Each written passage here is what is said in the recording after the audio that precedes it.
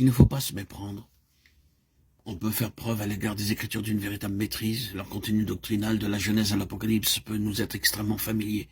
On peut prendre la défense des vérités cardinales de la foi chrétienne, mettre au service de l'Église un zèle infatigable, vouer au salut des hommes le meilleur de soi-même, et n'avoir de Dieu lui-même, malgré tout cela, qu'une connaissance bien limitée.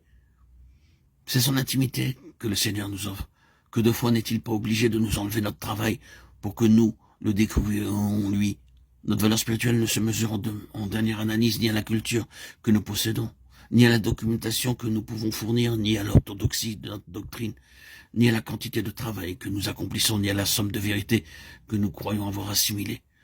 C'est le degré de notre connaissance personnelle du Seigneur qui détermine notre valeur spirituelle, car c'est elle seule qui peut faire apparaître au dehors la vraie puissance de Dieu. C'est la seule chose qui demeurera quand tout le reste aura passé. Nous pouvons disparaître, mais si notre ministère est fondé sur une connaissance personnelle de Dieu, il continuera à exercer ses effets quand nous ne serons plus là.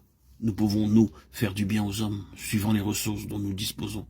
Mais qui dira le bien que Dieu peut leur faire quand il a des intermédiaires qui vivent dans son intimité? L'état de choses qui règne actuellement au sein du peuple de Dieu a quelque chose qui nous épouvante. Presque partout, on découvre que la vie n'est plus alimentée que par des choses extérieures. A-t-on besoin d'un conseil, d'une direction, d'un secours matériel, d'un éclaircissement spirituel, d'un renouveau de vie pour l'âme ou pour l'esprit? On ne sait plus trouver ces choses sans courir de droite et de gauche à la recherche de l'homme ou du livre qui pourra nous les donner. Cette intelligence spirituelle qui est le fruit d'une vie intérieure profonde et cachée est quelque chose qui se perd de plus en plus.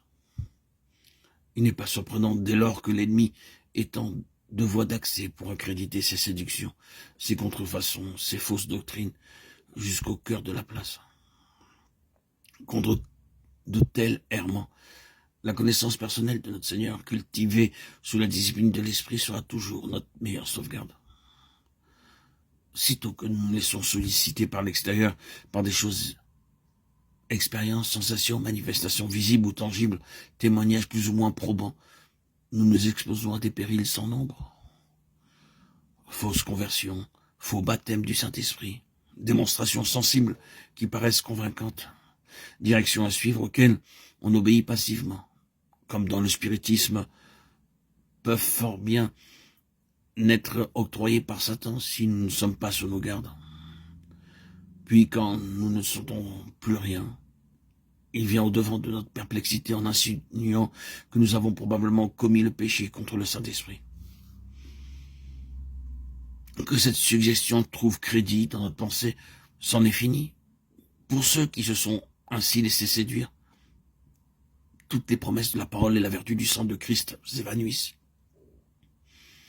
Et ce n'est peut-être après tout qu'une affaire montée de toutes pièces, un mensonge,